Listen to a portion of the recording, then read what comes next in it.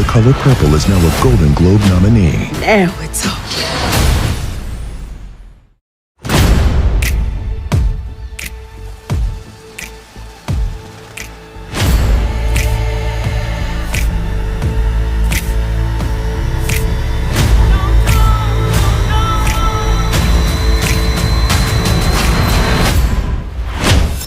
Don't keep me waiting.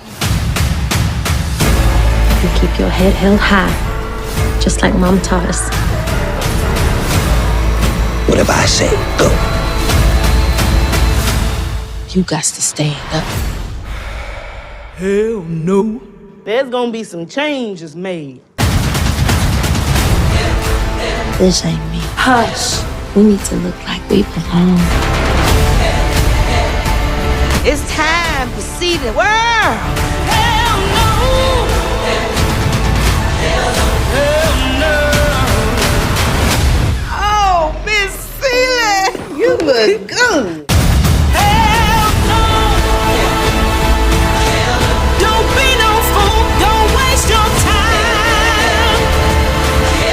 Any man that hurts you ain't worth a dime. No, no, no. I done had enough of you.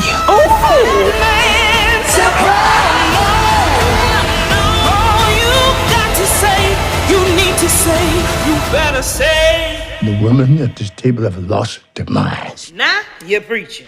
No.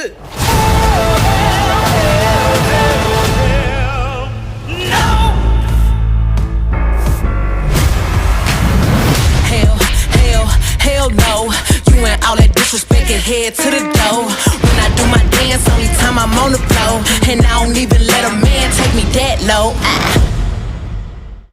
And welcome back to the NRW, where nerds rule the world. That was the trailer for 2023's The Color Purple, the musical version of rendition of the book from 1983. And this is Heather Hurt, and I know how to introduce a podcast. I've done it before, along with our gallant leader, Kuya P. How are you today, sir? I am good. I'm loving life, and I'm loving you doing this. It's all good. You're doing a great job, Heather. And yeah, you're doing heavy lifting about a project that's heavy material and trying to put a nice, pretty bow on it. It's kind of hard when it's very heavy. Oh, yep. The 2023 film based off of the musical, which is also a musical. It was directed by Blitz Caswell, and I'm probably saying that totally wrong, and I am so sorry. And it stars Fantasia Barrino as Celie, Taraji P. Henson as Shug, Danielle Brooks as Sophia, Colman Domingo, who, if you are paying any attention to our channel, we just spoke about in Rustin, who plays Mr. in if you're from the South, Mr. Then Corey Hawkins, who plays Harpo, along with a huge cast and crew, like with any musical. This was a production by every single definition of that word. The movie based around Celie, who is in the red outfit right here. She is based in the early 1900s. She is the product of terrible situations. They are based in a all-Black community just outside of Atlanta. I believe it's Atlanta. Don't quote me on that. I believe it's Atlanta, where they are feeling the effects of Jim Crow. And with that being said, we have these situations of abuse, of neglect, of poverty, but we also have these wonderful elements of the raging early 1900s, including the wonderful 1920s and 1910s. That's as far into the story as I'm going to go for now, because I know Kuya P and I have a lot of opinions of what actually takes place during the film. So to begin, Kuya P, what are your thoughts on the? Let's start with the actors. What were your thoughts on the casting? So, I remember seeing the OG film. I'd never read the book, but I haven't seen the film. I think I maybe saw the OG film once. So my knowledge on the Color Purple are very nil. I know, Oprah Winfrey was in it. I know Whoopi Goldberg was in it. There's a famous meme of like this. It had like a lot of different things with it, but other than that, I don't know too much about it. So coming into knowledge of this. I know about the times that it's set in, and it's a very heavy film. So in regards to them doing the musical version of this, in regards to your question, okay, they're gonna take that film, and I know that there was a musical, but I never saw it. But they're gonna take that heavy film. They're gonna take the musical, because there was a stage musical that there was, and turn that version. I was like, okay. In regards to your question, in regards to the cast, they cast Fantasia Barrino, who you mentioned, Danielle Brooks, Corey Hawkins, Taraji B. Henson. I was like, okay. I saw all that. I was curious about Taraji because I don't recall her singing in a lot of the films and TV series, because she's, she was, I forgot the series that she was on. I don't remember ever hearing her sing, but Fantasia Barrino, I've actually been to one of her performances live. That girl can sing. Yeah, so I knew it was going to be amazing with her. But yeah, if she was in the lead role, singing, then yeah, I know the music is going to shine. I definitely thought all of them could dance. Come on now. They all got skills. Corey Hawkins, Colman, Domingo, I thought the casting was phenomenal. But in regards to just everyone singing outside of Fantasia, I was a little bit nervous on. Again, Taraji, I wasn't sure how much she sang. Corey, I think I saw the films. Okay, I think he has musical theater background. I'm sure that brother was gonna do all right. Colman, yes. Danielle, yes. Taraji, I just wasn't quite sure. I didn't know her background with music. So Fantasia kind of was the hook on it. Oh, and then seeing the younger version, as you see, I have Halle Bailey here behind me, knowing that she was going to be it. She's part of Chloe and Halle. I knew, so their performances were going to be amazing. This young star, I don't know her name offhand, but I guess the no knowledge of her made me okay, I'm sure they're going to be a great cast. Oprah Winfrey was behind it. The makeups of who at WB were helping make this film had me feel comfortable. So I knew the casting was going to be on point. In regards to your question, Heather, if I went the long way to get to the short answer. Absolutely. No, when it came to who was playing what, there were definitely some weaker casting moments. But there was also some really, really strong characters to put it in.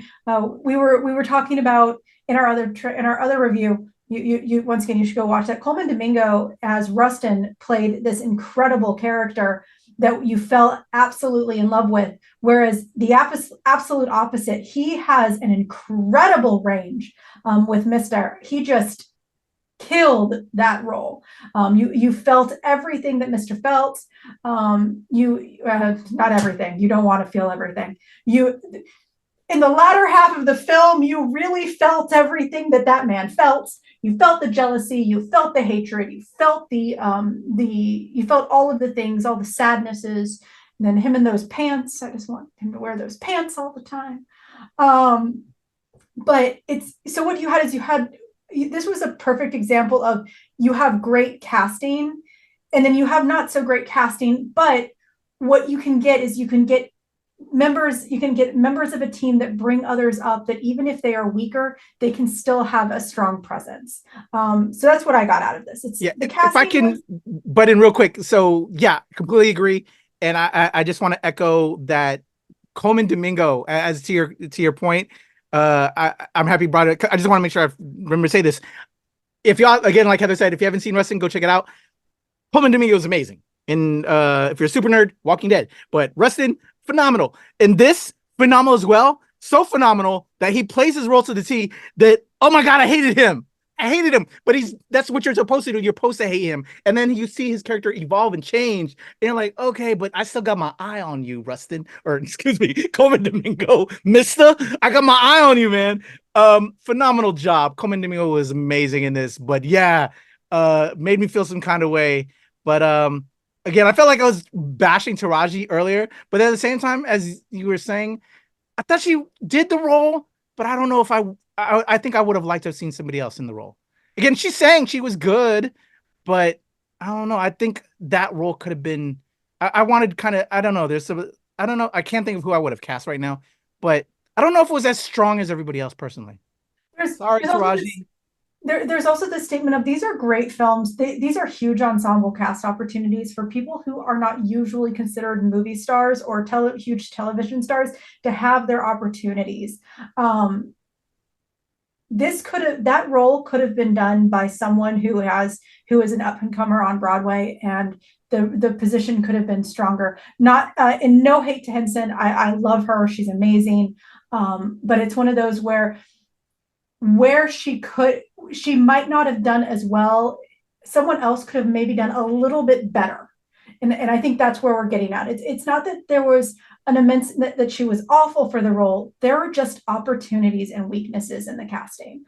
But at the same time, you felt this cast felt very intertwined. You could see that there was great connection in this film.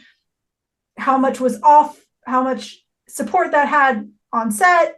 We aren't going to get into the dramatics off of set, even though it's really, really fun to do. But with that being said, I think we are kind of in agreement there. There were just some weaknesses, and that's okay. That's what if there weren't any weaknesses, you and I would not be doing these podcasts. Very true. I also want to, since we're in that area right now, Danielle Brooks. Yeah, there's a great moment in this film that I just love how she just is outspoken. She ain't taking the shit from no man. And again, and I don't want to also spoil either, but like she just will not take it. And I love that in her character so much so that it hurts her later. And there's a situation, but like, man, I love her character to death in this. And I see why she's been winning some awards as of late. We're still in the midst of award season. And I can see why she's one of the best standout performances in this whole film. Shout out to Danielle Brooks, man. But like her character was like, oh, that was my whole vibe in a bunch of different instances in this film. That was a very heavy film, Heather. And I know we're going to transition in like more of the review side stuff. But like Danielle Brooks was my vibe in this movie. Absolutely. She was Sophia is a very very important character when it comes to the look at Jim Crow and how it affected people, because what you had this kind of standalone area where you really didn't see the impacts because they weren't there when it came to how the community was downtrodden due to the racial disparagement. And Sophia was just this wonderful demonstration of that, and Brooks just she was sparkling. She was just glittering with talent. And it's she when you talk about perfect casting, she was a wonderful cast. Piece of cast. Like I'm talking about her. She was a wonderful casting decision. There we go. There you go. Let's move on. We don't want to just stick, because there is so much more to this story. And Kuya, I hope you don't mind. I'm going to go into my feelings first, if that's okay. Go ahead, please. Because as you're talking about before, I do, for the most part, remember watching this film as a kid, but that's where I'm going to really point this out. I remember watching this film as a kid, the original one, and I don't remember.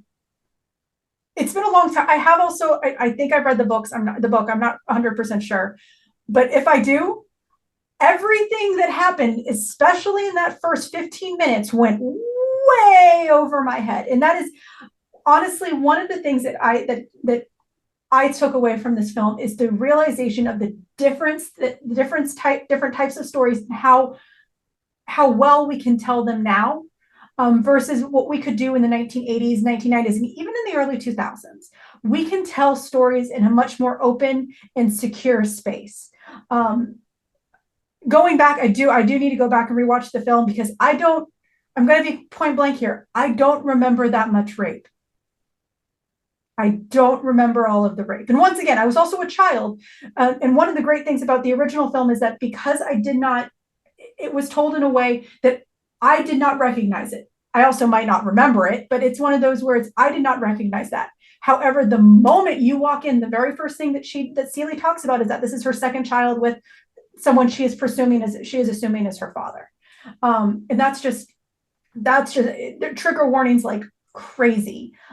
This was a story about, for the most part, rape, abuse, and assaults. There was emotional abuse, mental abuse, physical abuse. There was graphic rape imagery. And there was the concept of infanticide. There was a lot of really terrible concepts that were just swept under the rug, much like they were at the time, especially in minority communities that did not see law enforcement. And when they did see law enforcement, it was to attack, not to support. So the story itself is incredibly heavy. And I'm going to be quite honest, like there is a growing interest in turning every single movie into a musical or re-musicalizing movies. Like Breakfast at Tiffany's kind of just blowing up as this modern day musical again. It's just kind of crazy. But you see these everywhere. You see these musical versions that try to lighten up stories that are incredibly, incredibly heavy. And honestly, the music took me out of the story. There could have been great musical numbers, but you didn't need this to be a musical to tell this story correctly. And honestly, I think that's where this movie fell out for me.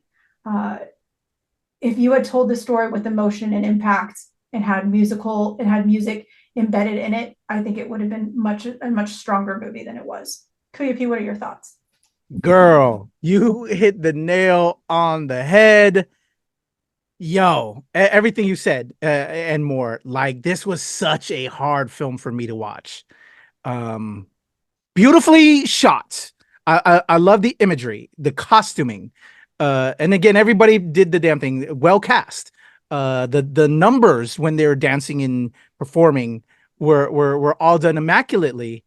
But it's it's material, as you said, where they would transition from this story and these images of rape and the dialogue of rape and just this hard life to then a cheery number, or just not even a cheery number, but like a song that would kind of be in regards to what just occurred and just in different. It's just like, no. And I know that music is healing in regards to, like, you know, the full spectrum. You know, you love theater. You watch a lot of theater, and you know, there's certain things that are theater, and I think it's okay. I've never seen the actual musical that this was done, and this is just a film version of the musical. But like, I don't know. There's just certain, while it should be done, and you know, maybe this again. I don't think this is for me and Heather. You know, if this is for other people and they enjoy this, I thought this was done job, and I just know it wasn't for me.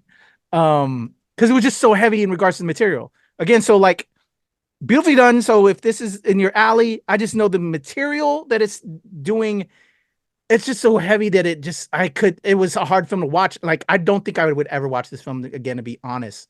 I would not watch this film again. It's just too heavy. Yeah, and it just took me out of it. Everybody did what they had to do. But because of the material, I don't know. Like, it's just hard to put I could watch a straight up depressing movie where it's all depressing and it could be based on real shit, but throwing in a musical number in there, no, I can't transition through it. I'd rather it be straight. I don't know. That was just it for me. Like, that made it so difficult. So I think you hit the nail on the head with everything you said, Heather. I echo your comments. But yeah, so there's not much a difference there. I apologize.